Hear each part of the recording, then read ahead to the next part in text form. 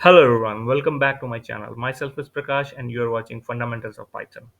In today's lecture, we are going to take a look at if-else condition, and based upon that if-else condition, we are going to build a simple calculator which will take two numerical inputs and one operator, and based upon these three inputs coming from the user, will further process the input and give the output as a result. So without any further ado, let's get started.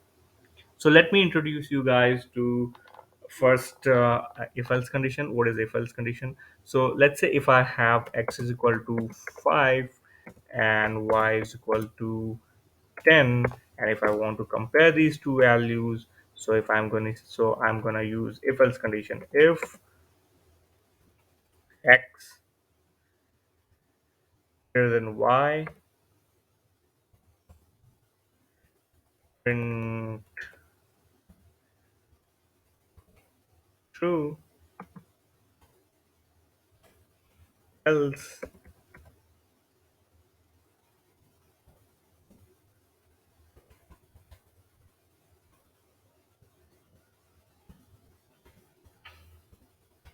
false. This is a simple program, but there's a lot to be understood here. For example, we have this condition x greater than y in front of if, but there's no condition written in front of else. And there's a space given here, again a space given here, there's a colon here, again there's a colon here. So what is the explanation behind all of this? So whenever we write if else condition, for loop, while loop, or a definite or a function, we have to give this colon. So in front of this is a syntax. If I'm using if condition, then I have to use this keyword if. Other than if, no keyword, no other word will be acceptable. If I try to say either or, it's not acceptable. Only keyword for comparing the computer understands in the Python language is if else. So if else is a keyword, and that is why it is highlighted in pink. All right. So next thing is there's no condition written in front of else statement. That means anything which is not true in this case will come under this case, right? It's like if x is greater than y, print do this, else do this. So, and then what about this indentation? So anything written within this indented block in Python, we don't have any curly braces to identify a block, or any comma to identify where the statement is going to stop.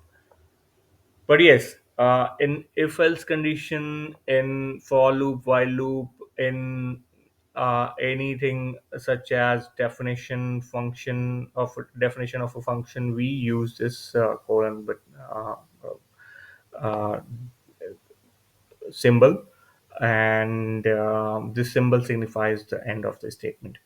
And this indented block, this if this holds true, this indented block which has four indentation, which is a standard, if I print this enter here, and this will give me a four spaces of indentation. One space, if I see, all of a sudden it's giving me a squiggly sign, red squiggly sign. That means if there's an error here, even if I give one indentation, it will do. And minimum one indentation is required to execute this block. So the idea is, if x is greater than y, this block will be executed, else this block will be executed. All right. So let me put it back to four spaces. So I had one, two, three, four.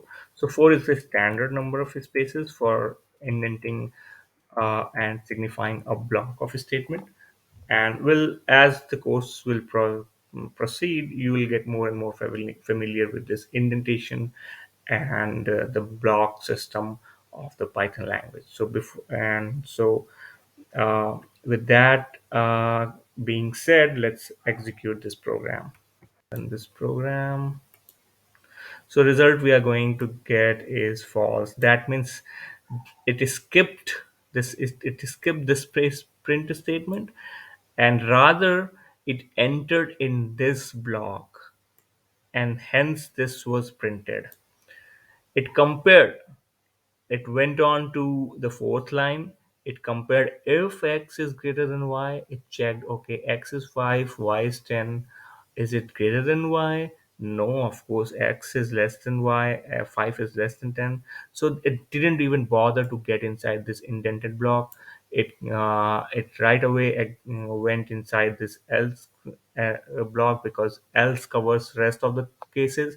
So it went inside this block, and this block says print false, so we got the result as a false.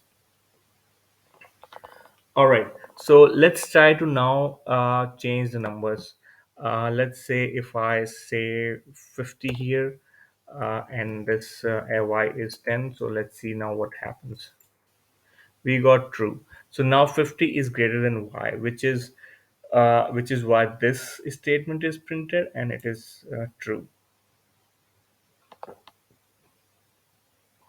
And besides this, anything else? If you guys have any doubt or any question on this if else condition, please go ahead and ask question on comment box. Feel free to ask any question on comment box, and we are going to write our first calculator program. So let's get started. So as I said, like in calculator, we are going to have uh, three inputs taken from the user, and one output will be there. And there's a lot of going to be if else condition comparison. So yeah, so let's get it started. All right, so we need to take input from the user first. So we will have to take help of input function, input and input. We are going to save the result of input in choice. Let's say choice is equal to, this is my variable, so this is going to be enter your choice.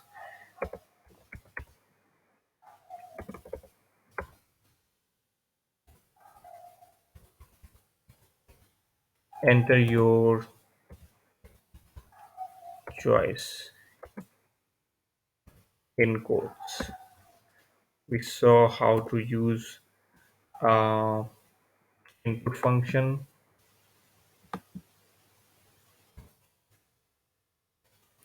So choice will be entered here, plus minus multiplication division, and then we, based upon the choice, we are going to call a relevant relevant function. So first function we are going to define is add. So of course def, uh, it's going to take, we are going to name it as add, and it's going to take two inputs, x comma y, and then again, as I mentioned, in while defining the function, we have to give colon. So and this, and then the moment I press enter, it will give me four indentation. Now whatever is within this block, indented block, will be executed once this function will be called. This is what it means. So for now I'm going to say pass, and going to define a structure of my another function, which is subtraction. So for subtraction, I would say uh,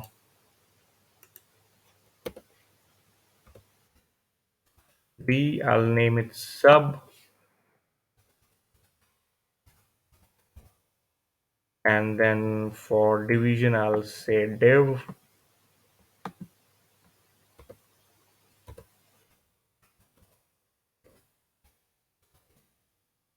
and then for multiplication, I'll say mul.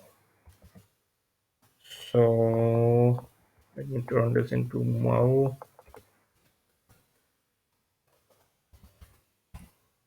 mul, and def. So that's it, guys. We have our function structure. Now we want to give instructions to our function what to be done if this function is being called. It's taking two parameters, x and y. So what we are going to do is we are going to uh, print. Since it's an add function, we are simply going to add these two numbers, x plus y. Similarly, this is a subtraction, so we are going to do print of x minus y.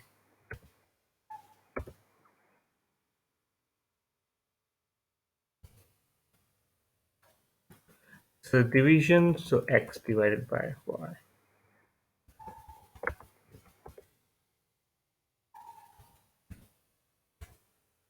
And this is multiplication, so print x divided by y. So only thing left is, based upon the choices, we have to call these relevant function. So here I'm going to compare if choice choice equals, that means I'm comparing. If I say choice equals 10, that means I'm assigning the value 10 to choice. Okay, and this if condition doesn't make sense. So with if, we only have to have comparison statement, uh, uh, comparison operators. So we have double equals, we have greater than, we have less than, and so on and so forth. So equal to is not going to work. For comparison, we have to say equals equals. So choice equals equals, that means if the value of choice is equal to 10, if the value of choice is equal to 10, then do this. Okay, but we want to say if the value of choice is plus.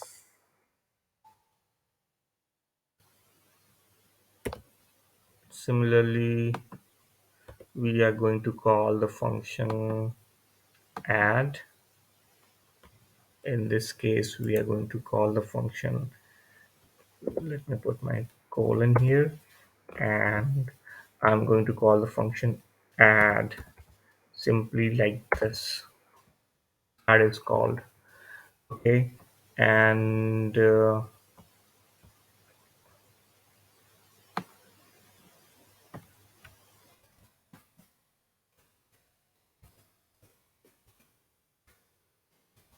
if this is equals subtraction, the choice is equal to subtraction, I'm going to call subfunction. Sub will be called. And if choice is equal to, again equals to multiplication, I'm going to have this function mul. So mul. And let me remove this space, and the final one is if I have division. So there are a lot of corner cases we have not taken care of. For example, I'll give you certain examples which we must take care of, but since it's a beginner level program, we are not very much concerned with the corner cases. So here this is going to be the division case, so we can use the div function we are calling. And if it is forward slash, so enter the choice, um, enter your choice. uh, we can say,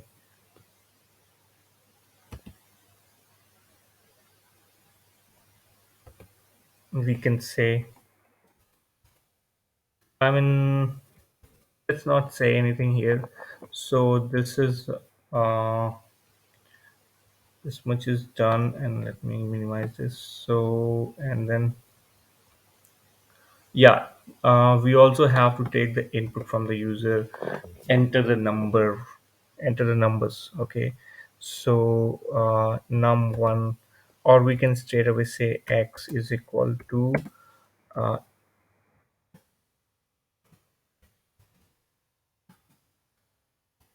v, and then y is equal to control v. We have to change this message which we are going to print. Enter your choice instead of your choice. Enter the first number. Enter second.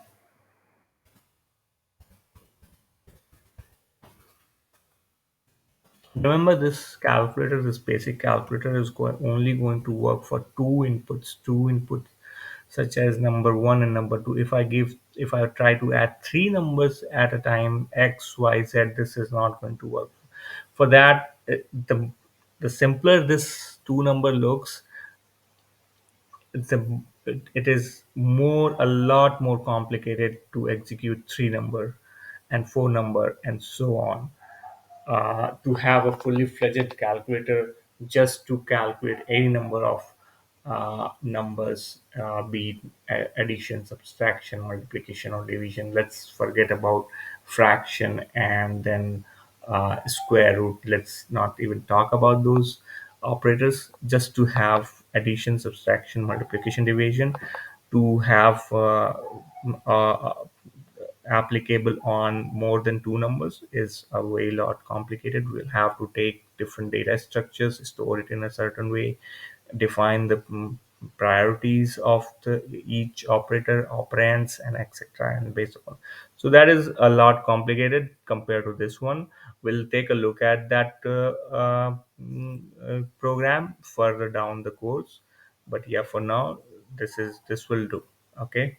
Okay, so since we have this input takes as a string by default, and we are trying to enter the numbers here, so we have to do first the typecasting, that is int we have to put in the front and wrap it around int.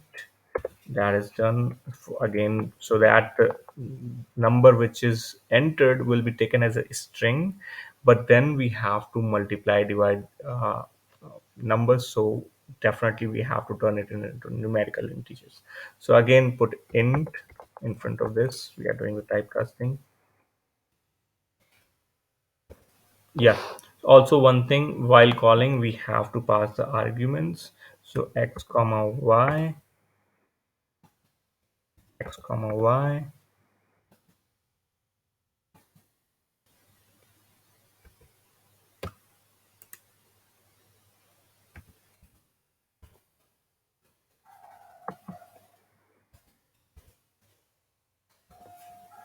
Y. Everything seems good. Also, let's get rid of this statement for the for the starters, and just to make it more simple. So we are taking three input from the user. One is their choice of multiplication, division, subtraction, and then we have two integer numbers, and then we have defined add function, subtract function, divide function, and multiplication function, and based upon their choices we are calling the relevant functions and passing the arguments. So let's run this program. So let me choose my option, the choice which I'm going to say as plus here, and here I want to say first number as 2, number as 3, and enter. So we got the addition of these two numbers. Similarly, we can run this again, and we can say uh, our choice is division. So I enter first number, let's say uh, 80, 80, and then enter, and then I want to divide it by 7. So 7, and then enter. So we got this as a result. So that's it for today's video, guys. If you have any problem in this simple program or any sort of confusion, any doubt, just write it down below in the comment section, and I'll see you in the next video.